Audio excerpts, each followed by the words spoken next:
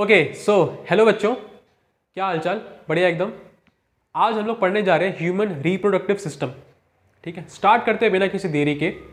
सबसे पहली चीज़, human physiology में जो भी चैप्टर हम लोग पढ़ते हैं, ठीक है, चाहे वो सर्कुलेशन हो, एक्सक्रीशन हो, रिप्रोडक्शन हो, नर्वस सिस्टम हो, ठीक है, एक बात आपको हमेशा याद रखनी है ह्यूमन फिजियोलॉजी पढ़ते वक्त। वो क्या है कि ह्यूमन फिजियोलॉजी में जो भी चैप्टर हम लोग पढ़ते हैं, जो भी चीज़ हमारे बॉडी के सर्वाइवल के लिए नेसेसरी होगी और हमारे स्पीशीज के कंटिन्यूएशन के लिए यानी हमारे रिप्रोडक्शन के लिए नेसेसरी होगी, उन चैप्टर्स को उन चीज़ों को हम लोग पढ़ेंगे ह्यूमन फिजियोलॉजी में। अर्थात जो चीज़ें हमारे सर्वाइवल के लिए ज़रूरी है, ठीक है, सर्कुलेशन ज़रूरी है, एक्सक्रीशन ज़रूरी है, राइट, नर्वस सिस्टम ज़रूरी है, कंट्रोल एंड कोऑर्डिनेशन ज़रूरी है, ठीक है, लोकोमोशन मूवमेंट ज़रूरी है, वो सारी चीज़ें ज़रूरी है हमारे जीवित रहने के लिए, हमारे सर्वाइवल के लिए। तो दो चीज़ें हमारे ह्यूमन बींग्स का दो पर्पस है, ठीक है, एक सर्वाइवल और दूसरा रिप्रोडक्शन यानी सर्वाइवल ऑफ स्पीशीज। अपने स्पीशीज को इस पृथ्वी पे कंटिन्यू रखने के लिए क्या जरूरी है? रिप्रोडक्शन जरूरी है। ठीक है, तो स्टार्ट करते हैं, ह्यूमन रिप्रोडक्शन स्टार्ट करते हैं हम लोग आज। ठीक है, क्या स्टार्ट करेंगे? Human reproduction. ह्यूमन बताओ, असेक्सुअल रिप्रोडक्शन होता है या सेक्सुअल रिप्रोडक्शन होता है? ह्यूमंस में सेक्सुअल रिप्रोडक्शन होता है, यानी कि एक पेरेंट का इन्वॉल्वमेंट या दो पेरेंट का इन्वॉल्वमेंट। दो पेरेंट का इन्वॉल्वमेंट हो रहा है तो गैमेट्स का इन्वॉल्वमेंट भी होगा, यानी एक पेरेंट से एक गैमेट और दूसरे पेरेंट से एक गैमेट, इन दोनों का फ्यूजन होगा। उस प्रोसेस को क्या बोलते हैं? फर्टिलाइजेशन। याद रखना बच्चों, 3 स्टेजेस होते हैं, ठीक है, 3 तरीके के स्टेजेस होते हैं हमारा। हम जब रिप्रोडक्टिव सिस्टम पढ़ेंगे, पहले तो हम लोग सबसे पहले क्या पढ़ेंगे? हम लोग पढ़ने जाएंगे मेल रिप्रोडक्टिव सिस्टम, ठीक है। उसके बाद हम लोग पढ़ेंगे फीमेल के बारे में, उसके बाद हम लोग वेरियस इवेंट्स को पढ़ेंगे, ठीक है। मेल रिप्रोडक्टिव सिस्टम पढ़ेंगे, फीमेल रिप्रोडक्टिव सिस्टम पढ़ेंगे और उसके बाद वेरियस इवेंट्स को पढ़ेंगे। 3 तरह के स्टेजेस होते हैं, 3 इवेंट्स होते हैं बेसिकली, ठीक है। 3 मेन इवेंट्स होते हैं। पहला होता है ये मेल गैमेट और फीमेल गैमेट के फ्यूजन को हम लोग क्या बोलते हैं भाई साहब? फर्टिलाइजेशन। क्या बोलते हैं? फर्टिलाइजेशन। तो फर्टिलाइजेशन मतलब मेल गैमेट और फीमेल गैमेट के फ्यूजन को बोलेंगे फर्टिलाइजेशन। और फर्टिलाइजेशन से पहले के जितने भी सारे इवेंट्स हैं उसको नाम दे देंगे प्री फर्टिलाइजेशन इवेंट्स। फर्टिलाइजेशन के बाद के जितने भी इवेंट्स हैं सबको नाम दे देंगे पोस्ट फर्टिलाइजेशन इवेंट्स।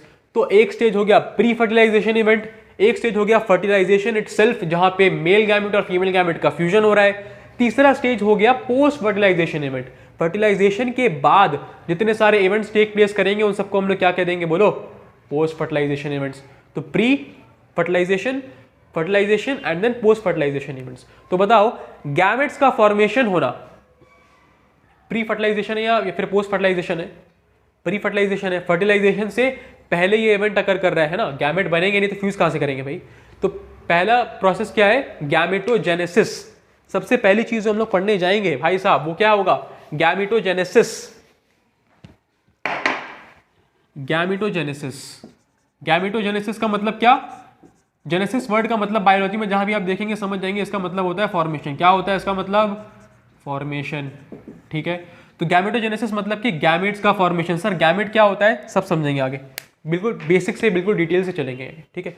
तो सबसे पहली चीज गैमेटोजेनेसिस होगा, ठीक है। प्री फर्टिलाइजेशन, फर्टिलाइजेशन से पहले क्या होगा? गैमेटोजेनेसिस होगा, गैमेट का फॉर्मेशन होगा। फिर मेल गैमेट को फीमेल गैमेट तक पहुंचाने की कोशिश की जाएगी, ठीक है। तो मेल गैमेट जो होगा वो मोटाइल होगा। अगर ह्यूमंस की बात करें तो क्या होता है? स्पर्म क्या होता है भाई साहब? मोटाइल होता है। फीमेल गैमेट वहीं पे क्या होता है? इमोटाइल होता है, इमोटाइल होती है, मोटाइल, इमोटाइल होती है, ठीक है। तो मेल गैमेट मोटाइल होता है यानी मूव कर सकता है, फीमेल गैमेट इमोटाइल होती है, मूव नहीं कर सकती है। तो उन दोनों का संगम कराना होगा यानी फर्टिलाइजेशन कराना होगा। तो उसके लिए क्या करना होगा? मेल गैमेट को फीमेल गैमेट तक पहुंचाना पड़ेगा, मेल गैमेट को फीमेल गैमेट तक पहुंचाना पड़ेगा, ठीक है। तो सबसे पहले वो प्रोसेसेस भी पढ़े जाएंगे हम लोग को कि किस तरीके से मेल गैमेट को फीमेल गैमेट तक पहुंचाया गया।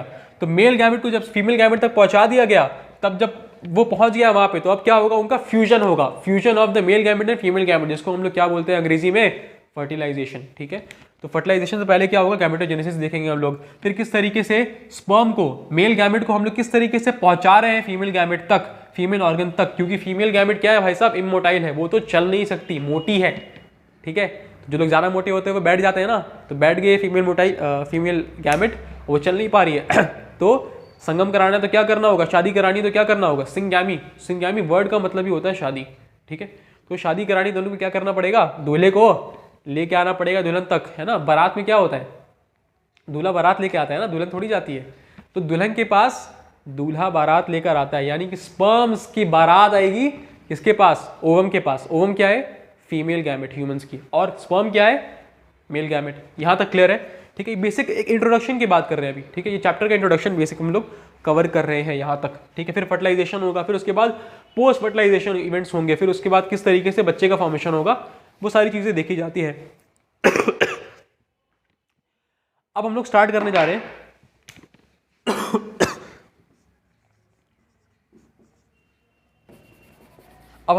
जा रहे हैं मेल रिप्रोडक्टिव सिस्टम। बच्चों ध्यान से सुनना मेरी बात, ठीक है। पहले मेल उड़ाएंगे, उसके बाद फीमेल। पहले पूरा मेल मेल मेल में पढ़ लेंगे, ठीक है।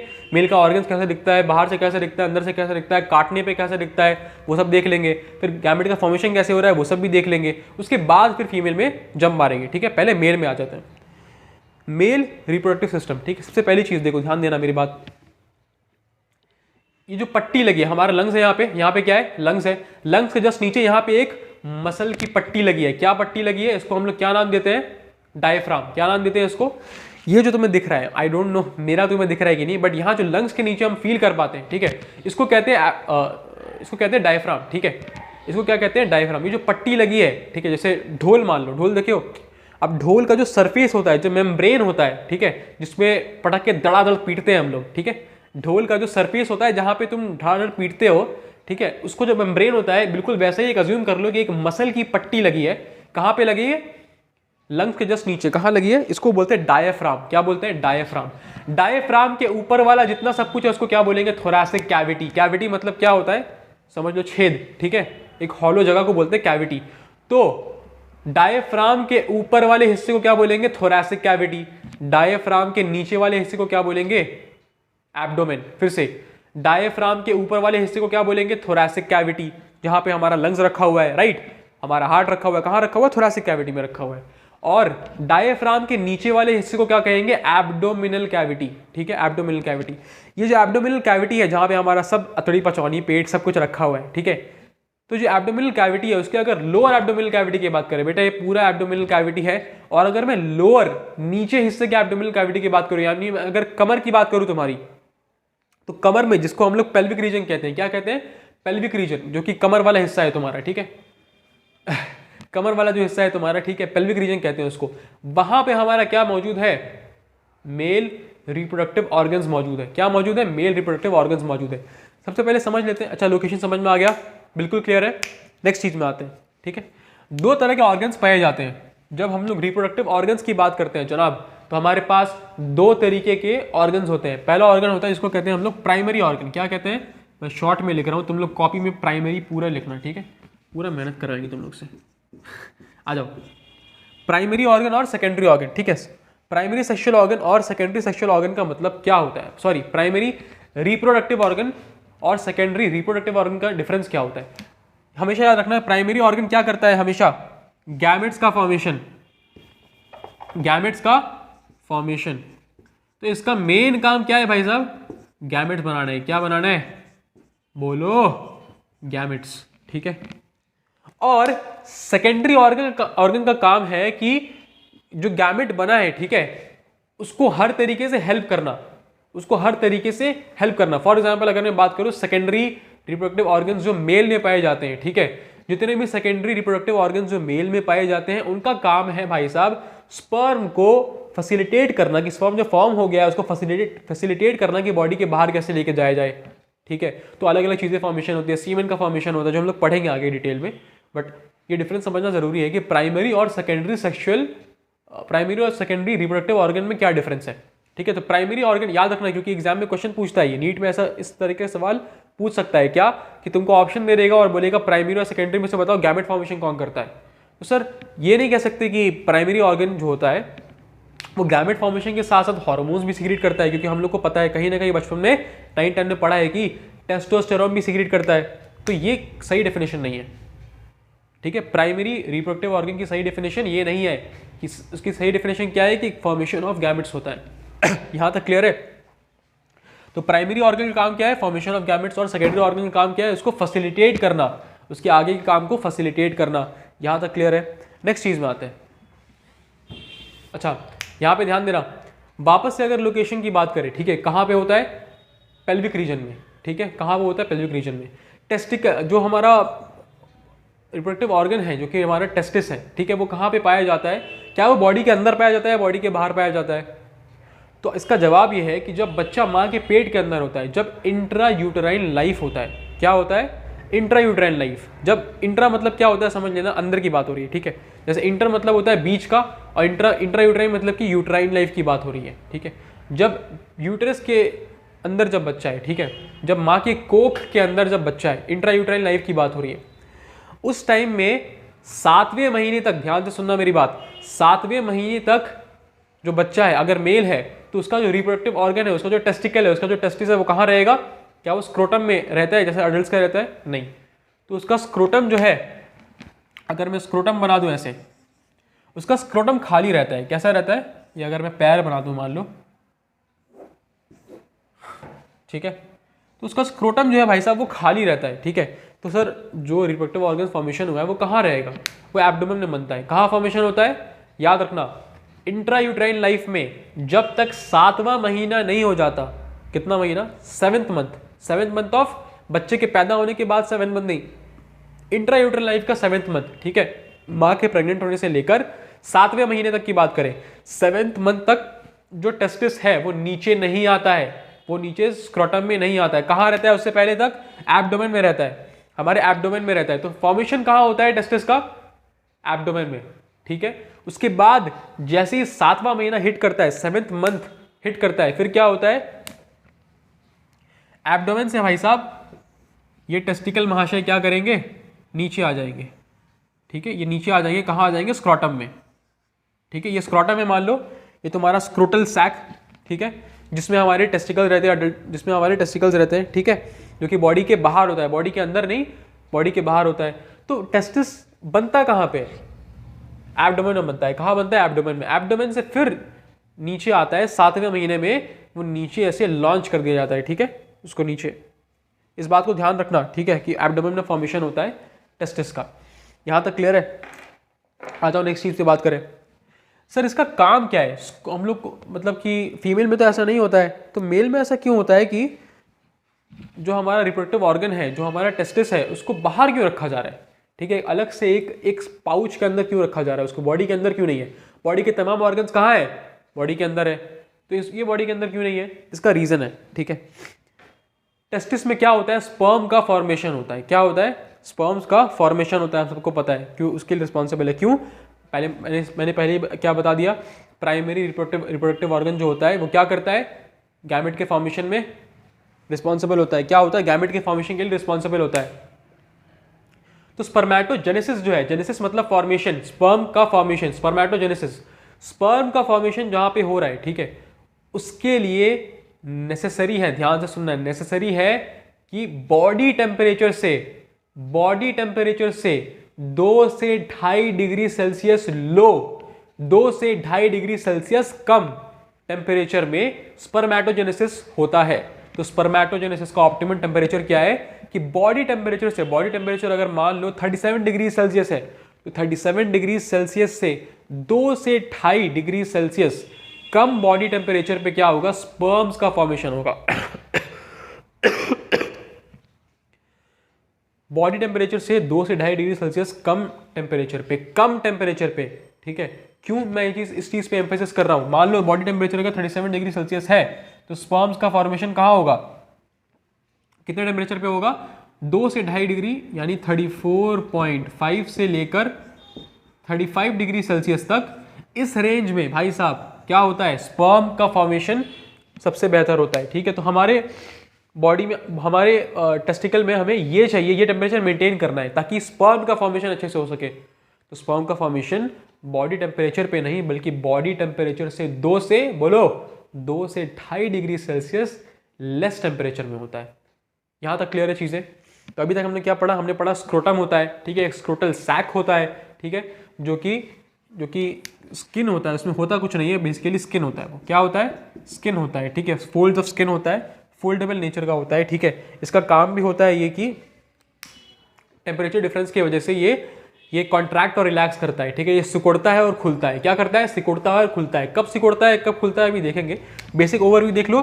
स्क्रोटम का काम क्या है? स्पर्मेटोजेनेसिस के लिए बॉडी टेम्परेचर कितना चाहिए? 2 से 2.5 degree Celsius lower than body temperature, ठीक है। स्पर्मेटोजेनेसिस के लिए 2 से 2.5 degree Celsius lower body temperature चाहिए। स्पर्मेटोजेनेसिस, ठीक है। इसके लिए टेम्परेचर क्या चाहिए? Temperature 2 to 2.5 degree Celsius lower than body temperature, lower than body temperature. यहां तक बातें क्लियर है? यानी कि क्योंकि इसमें नीट में सवाल पूछ सकता है इस तरीके से। किस तरीके से सवाल पूछेगा? बोलेगा कि spermatogenesis occurs at body temperature, पहले ही ऑप्शन दे देगा, या फिर ये ऑप्शन दे देगा कि एट 2 to 2.5 डिग्री सेल्सियस, नहीं एट 2 या 2.5 डिग्री सेल्सियस नहीं, बॉडी टेम्परेचर से 2 to 2.5 डिग्री सेल्सियस लेस, ठीक है। बॉडी टेम्परेचर से लेस। तो अगर तुम्हारा ऑप्शंस याद रखना, अगर डायरेक्ट वैल्यू दे दिया है कि ऑप्शन में दे दिया, मान लो कि what is the optimum temperature for spermatogenesis, मान लो, ठीक है। ऑप्शन दे दिया, ऑप्शन ए 37 डिग्री सेल्सियस यानी बॉडी टेम्परेचर। ऑप्शन बी दे दिया 2 to 2.5 degree Celsius. Option C दे दिया ये 34.5 to 35 डिग्री सेल्सियस। तुम कौन सा मार्क करोगे? ये वाला, ठीक है। लेकिन जो बच्चे हड़बड़ी में रहेंगे वो क्या करेंगे? जिनका कॉन्सेप्ट क्लियर नहीं है वो क्या करेंगे? 2 to 3 डिग्री सेल्सियस मार्क करके चले जाएंगे। पहले ही वो चीज़ देखेंगे नहीं कि बॉडी टेम्परेचर से 2 to 2.5 डिग्री सेल्सियस लेस बोला गया है, ठीक है। इस चीज़ में बार बार एम्फसाइज करता हूँ, क्वेश्चन इससे नीट में आता है। यहाँ तक चीज़ें क्लियर? चलो अब अगर इस टेस्टिकल की बात करूँ मैं, ठीक है। अब ये जो टेस्टिस है हमारे पास, ठीक है, ये कैसा शेप में होता है? बाहर से कैसा दिखने में होता है? ये ओवल स्ट्रक्चर होता है, मतलब अंडा जैसा देखने में, ठीक है। अंडा जैसा देखने में होता है, ठीक है। और एनसीईआरटी कहती है इसके मेजरमेंट्स के बारे में, इसके लेंथ और विड्थ के बारे में क्या कहती है एनसीईआरटी? लेंथ और विड्थ के बारे में क्या कहती है एनसीईआरटी? बस तुमको एक चीज याद रखना है। क्या चीज याद रखना है? 2 3 4 5। बोलो मेरे साथ, 2 3 4 5, 2 3 4 5। तो इसका विड्थ एक्चुअल में क्या हो जाएगा? 2 से 3 सेंटीमीटर, और लेंथ क्या हो जाएगा? 4 से 5 सेंटीमीटर। तो विड्थ मेरा एक्चुअल में क्या हो गया? 2 से 3 सेंटीमीटर, लेंथ मेरा 4 से 5 सेंटीमीटर। सर एग्जाम में अगर कंफ्यूज हो गया तो, अगर कंफ्यूज हो गया कि विड्थ 4 से 5 है या लेंथ 4 से 5 है, बेटा सिंपल सी बात है। लेंथ मतलब क्या होता है? लंबाई, है ना। मैं अगर तुमसे पूछूं कि मेरी लेंथ क्या है, तो तुम ये वाला बताओगे या फिर ये वाला बताओगे? ये वाला बताओगे ना। This is length. तो जाहिर सी बात है जो ज्यादा दिख रहा है वो क्या है? लेंथ है, और जो कम है वो क्या है? विड्थ है, ठीक है। तो लंबाई और चौड़ाई ये आपको याद रखना है। एनसीईआरटी का डेटा है क्या? लेंथ कितना है? 4 से 5 सेंटीमीटर, और विड्थ कितना है? 2 से 3 सेंटीमीटर। अब ये जो ओवल, ये जो टेस्टिस हमें दिख रहा है, ठीक है, अभी जो टेस्टिस हमें दिख रहा है, ठीक है, इसको अब हम क्या करेंगे? साइड से काटेंगे। कैसे काटेंगे? जैसे एप्पल कैसे काटते हैं, खच, वैसे इसको भी काटेंगे। अब अगर इसको हम काटेंगे तो ये किस तरीके से दिखेगा आप देखते हैं। इसको अगर हम काटें, इसको अगर हम काटें,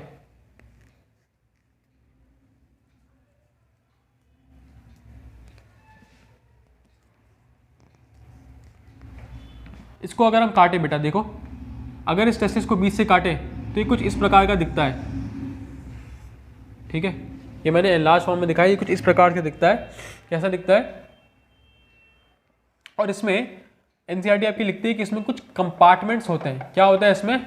कुछ कंपार्टमेंट्स। भाई मान लो एक कमरा है, ठीक है, एक बहुत बड़ा कमरा है, एक बहुत बड़ा हॉल है, और उस बहुत बड़े हॉल में छोटे छोटे क्या है? रूम है। छोटे छोटे क्या है? रूम्स है, ठीक है। मान लो एक बहुत बड़ा कमरा है, बहुत बड़ा हॉल है, ठीक है, और उस हॉल में क्या है? 250 छोटे छोटे रूम्स है। क्या है? 250 छोटे छोटे रूम्स, ठीक है। उसी तरीके से यहाँ पे क्या है? एक बहुत बड़ा कमरा, मान लो इसको, किसको? टेस्टिकल को। और इस एक कमरे में, ठीक है, इस एक टेस्टिकल में क्या है? अराउंड 250 कंपार्टमेंट्स हैं। अगर मैं यहाँ पे कंपार्टमेंट्स बना दूँ तो ये तुम्हारा हो जाएगा अराउंड 250 कंपार्टमेंट्स है। ये मैं 3 बनाया मैंने सिर्फ, और टोटल कितने हैं?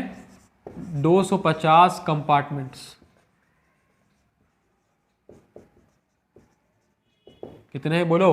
250 कंपार्टमेंट्स, ठीक है। 250 कंपार्टमेंट्स पाए जाते हैं अगर मैं एक टेस्टिकल की बात करूं तो, ठीक है।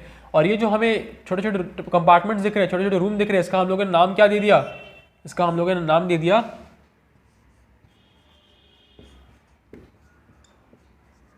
Testicular lobules. क्या नाम दे दिया? Testicular lobules. इसका हमने नाम दे दिया टेस्टिकुलर लोब्यूल्स, ठीक है। अभी जो टेस्टिकुलर लोब्यूल्स है, ठीक है, इसके अंदर कुछ एक या एक से ज्यादा, अराउंड एनसीईआरटी लिखती है 1 से 3, कितनी? 1 से 3 पाइप जैसी चीजें, 1 से 3 पाइप मान लो,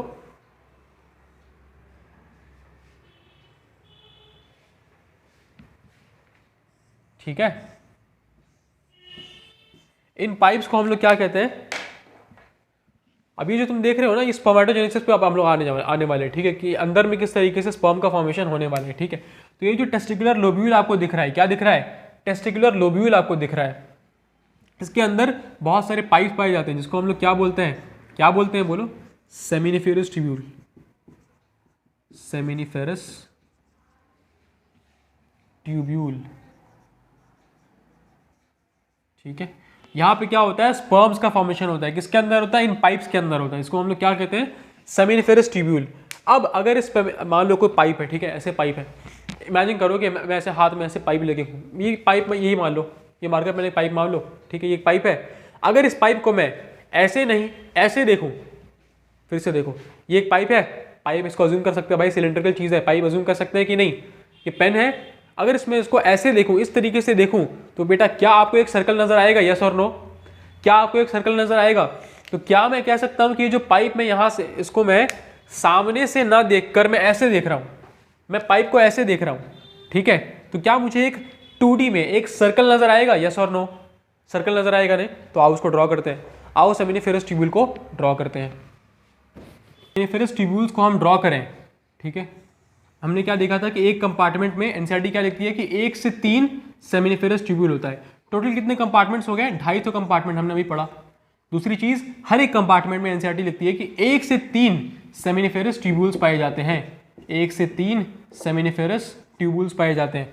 तो अगर मैं आपको कहूं कि जनाब एक टेस्टिस अगर मैं पकड़ लूं मतलब कि एक टेस्टिस को मैं अज्यूम कर लूं, ठीक है, एक टेस्टिस अगर अज्यूम करूं और उसमें तुमसे पूछूं कि बताओ, मुझे रेंज बताओ कि टोटल कितने सेमिनिफेरस ट्यूब्यूल हो सकते हैं एक टेस्टिस में? कितने में?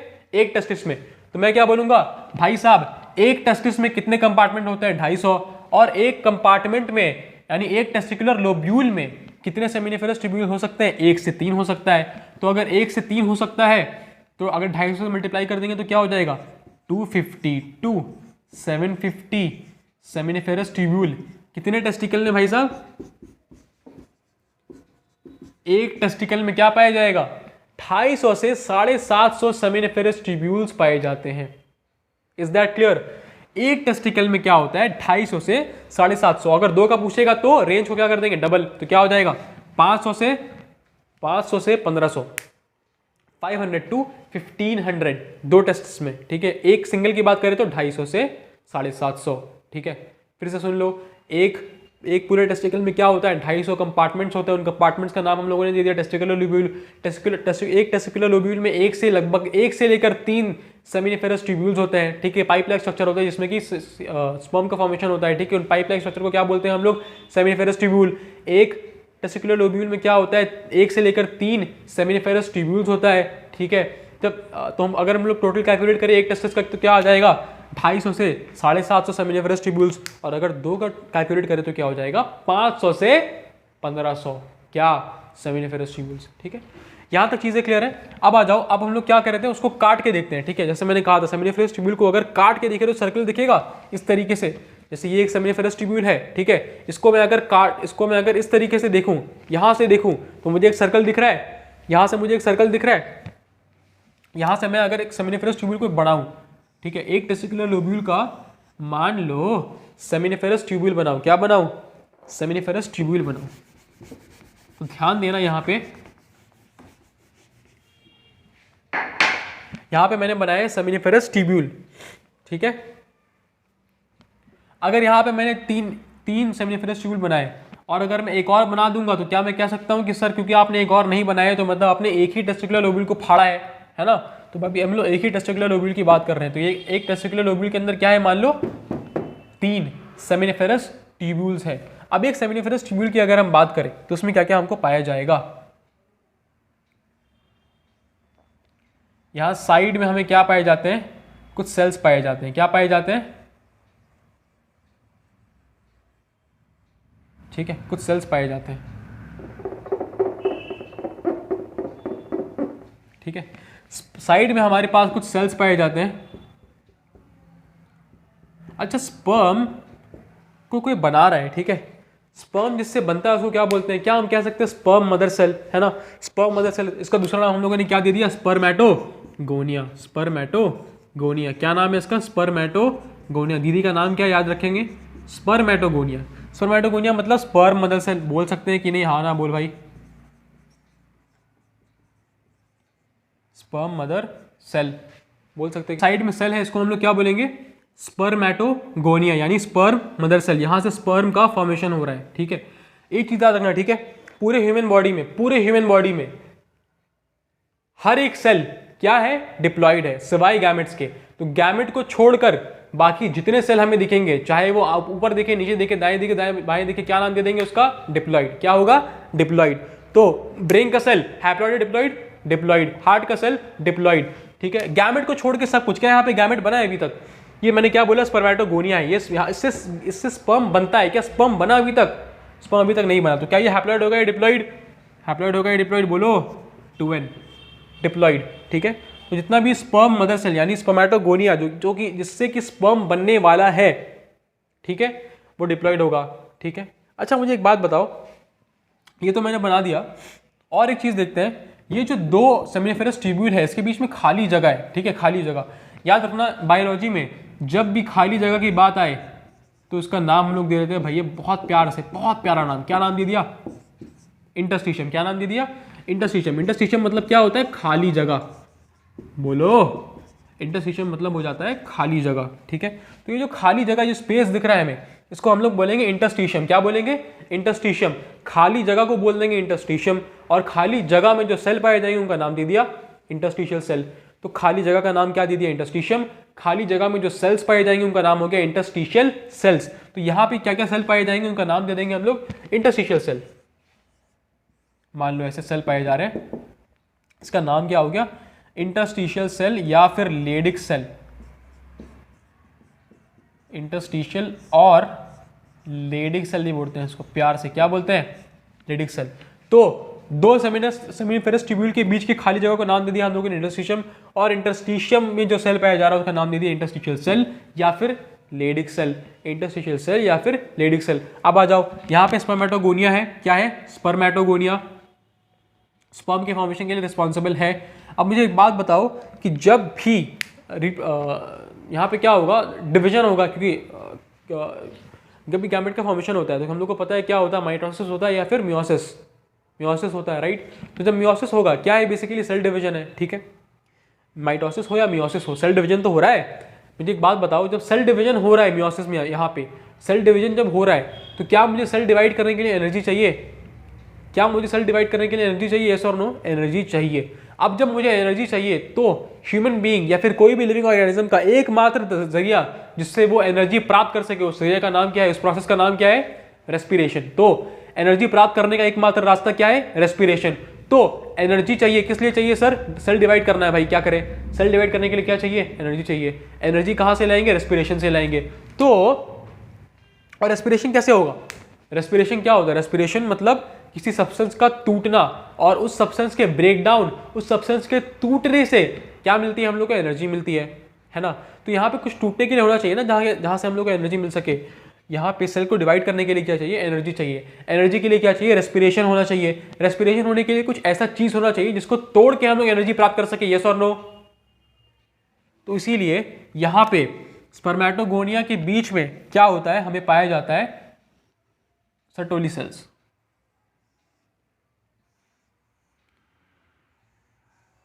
गंदा सा बन गया है, एडजस्ट कर लेना। क्या पाया जाता है, सर्टोली सेल्स। इसका नाम क्या है, सर्टोली सेल, ठीक है। इसका नाम है सर्टोली सेल। सर्टोली सेल का काम क्या है भैया, खाली खिलाओ पिलाओ भैया को, क्या करो, खिलाओ पिलाओ, क्या करो भाई, मैं बहुत टेढ़ा हो गया यार। सर्टोली सेल का काम क्या है, खिलाओ पिलाओ, नरिशमेंट। क्यों नरिशमेंट चाहिए सर, अगेन सेम चीज, सेल को डिवाइड करने के लिए क्या चाहिए, एनर्जी चाहिए, एनर्जी के लिए क्या चाहिए, रेस्पिरेशन चाहिए, रेस्पिरेशन के लिए क्या चाहिए, हमें कुछ ऐसा चीज चाहिए जिसको तोड़ के हम लोग एनर्जी प्राप्त कर सके। तो वो चीज प्रोवाइड कौन करेगा, खाना प्रोवाइड कौन करेगा, नरिशमेंट प्रोवाइड कौन करेगा, the answer is Sertoli cells. तो यहां तक क्लियर है। फिर से एक बार अगर रिकैप कर ले तो एक टेस्टिकल जिसका साइज किस तरीके से होता है, हमने देखा 2 3 4 5, 2 3 क्या है यहाँ पे विड्थ है, 4 5 क्या है यहाँ पे लेंथ है। अब अगर उसको बीच से काट दिए इस तरीके से और काट के साइड से देखे, उस ओवल स्ट्रक्चर को साइड से देखे तो हमें क्या दिखता है, हमें क्या दिखता है, हमें दिखता है टेस्टिकुलर लोब्यूल्स दिखते हैं, ठीक है। और उस टेस्टिकुलर लोब्यूल्स में कुछ पाइप जैसे स्ट्रक्चर दिखते हैं, ठीक है। एक टेस्टिस में कितने टेस्टिकुलर लोब्यूल्स, कितने कंपार्टमेंट्स पाए जाते हैं, तो होते हैं 250। और हर एक कंपार्टमेंट में कितने सेमिनिफेरस ट्यूब्यूल पाए जाते हैं, 1 से 3 सेमिनिफेरस ट्यूब्यूल पाए जाते हैं, ठीक है। अगर मैं तुमको पूछूं कि एक टेस्टिकल में टोटल कितने सेमिनिफेरस ट्यूब्यूल पाए जाते हैं, तो मैं बोलूंगा रेंज 250 से लेकर 750। दो टेस्टिकल में कितना होता है, 500 से लेकर 150। यहां तक चीजें क्लियर है। फिर हमने क्या किया, सेमिनिफेरस ट्यूब्यूल जो कि पाइपलाइन स्ट्रक्चर था जहां पे स्पर्म का फॉर्मेशन हो रहा था, हम लोगों ने क्या किया, ऐसे करके देखना शुरू कर दिया। तो ऐसे करके देखा तो कुछ इस तरीके से दिख रहा था। मान लो एक टेस्टिकुलर लोब्यूल मैंने ले लिया और यहाँ पे 3 सेमिनिफेरस ट्यूब्यूल है, तो हर एक सेमिनिफेरस ट्यूब्यूल को अगर हम इस तरीके से देखें और 2 सेमिनिफेरस ट्यूब्यूल के बीच की जगह को हम लोग क्या बोलेंगे, इंटरस्टिशियम। और उस इंटरस्टिशियम में जो सेल पाया जाएगा उसका नाम क्या दे देंगे, इंटरस्टिशियल सेल। और इसका नाम, एक और नाम क्या हो गया, लेडिक सेल्स। खाली जगह में क्या हो गया, interstitium, interstitial cell, Leydig cell. दूसरी चीज, जो सेल फॉर्मेशन कर रहा है स्पर्म्स का, उसका नाम क्या दे दिया, स्पर्म मदर सेल या फिर स्पर्मेटोगोनिया, स्पर्मेटोगोनिया, ठीक है। दूसरी चीज, इसकी प्लॉइडी हमें याद रखनी है, क्या कि हमें याद रखना है कि ह्यूमन बॉडी में गैमेट्स को छोड़ के सब कुछ क्या है, सारे सेल क्या है, डिप्लॉइड। गैमेट को छोड़ के सब कुछ क्या है, डिप्लॉइड। तो गैमेट बनाने वाला भी डिप्लॉइड, ठीक है। तो यहाँ पे क्या है, स्पर्मेटोगोनिया क्या है, गैमेट बनाने वाला है, स्पर्म मदर सेल है, तो ये क्या होगा, डिप्लॉइड होगा, ठीक है। गैमेट को छोड़ के सब कुछ डिप्लॉइड, आपको याद रखना है। तो यहाँ पे स्पर्मेटोगोनिया क्या है, डिप्लॉइड है। दूसरा चीज, तब यहाँ पे सेल डिवीजन हो रहा है, सेल डिवीजन के लिए हमें क्या चाहिए, एनर्जी चाहिए। एनर्जी कहाँ से मिलेगी, रेस्पिरेशन से मिलेगी। और रेस्पिरेशन करने के लिए क्या चाहिए, कुछ ऐसा चीज होना चाहिए, कुछ ऐसा फूड होना चाहिए जिससे हम लोग ब्रेक डाउन कर सके, जिसका ब्रेक डाउन करके हम लोग एनर्जी प्राप्त कर सके। तो वो चीज कौन प्रोवाइड करेगा, नरिशमेंट, खाना कौन प्रोवाइड करेगा, तो दीदी आ गई यहाँ पे, नर्स सेल। कौन आ गई, सर्टोली सेल। कौन आ गई, सर्टोली सेल। क्या करेगी वो, नरिशमेंट करेगी हमारा।